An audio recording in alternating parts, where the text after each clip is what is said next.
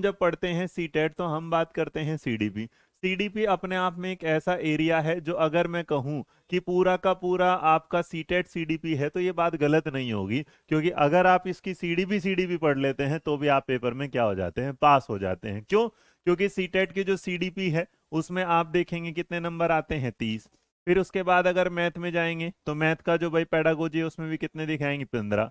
उसके बाद अगर आप लैंग्वेज 1 लैंग्वेज 2 लेंगे तो कुल मिला के कितने मिलेंगे, 30। इसके अलावा अगर आप ईवीएस में देखेंगे तो कुल मिला के मिलेंगे 15। और अगर इसका टोटल कर दिया जाए 30 30 60 30 90, तो इसका मतलब जो सीटेट के पासिंग मार्क्स हैं उसमें सारा का सारा वेटेज ही किसका है, पेडागोजी का।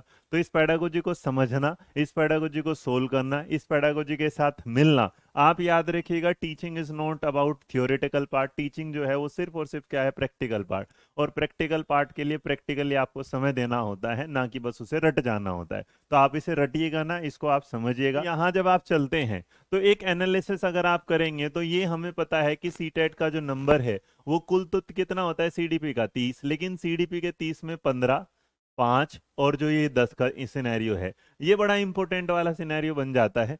प्रिंसिपल ऑफ डेवलपमेंट से एक सवाल बन जाता है हर बार।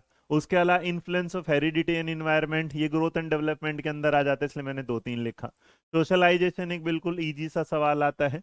उसके बाद कॉग्निशन एंड इमोशन वाला एक सवाल आता है। मोटिवेशन मैस्लो की थ्योरी के साथ आपके सामने आता है। Process of teaching and learning में जो पेडागोजी आता है वहां से सवाल आता है।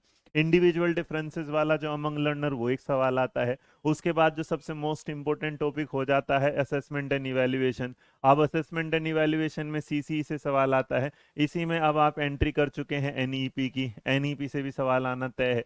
कॉन्सेप्ट ऑफ इंक्लूसिव एजुकेशन से एक सवाल पक्का पक्का आएगा। स्पेशली एबल जो बच्चे होंगे, इसका मतलब चिल्ड्रन विद स्पेशल नीड, जिसे आप चैप्टर को पढ़ते हैं, वहां से सवाल आना पक्का है।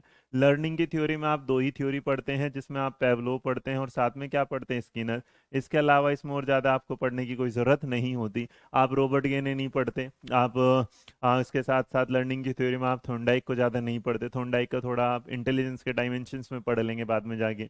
इसके अलावा आप यहाँ जाएंगे तो आप वॉटसन की थ्योरी नहीं पढ़ते, है ना। एसएलटी थ्योरी बिल्कुल अलग है, वो आप अलग पढ़ते हैं यहाँ पर जी।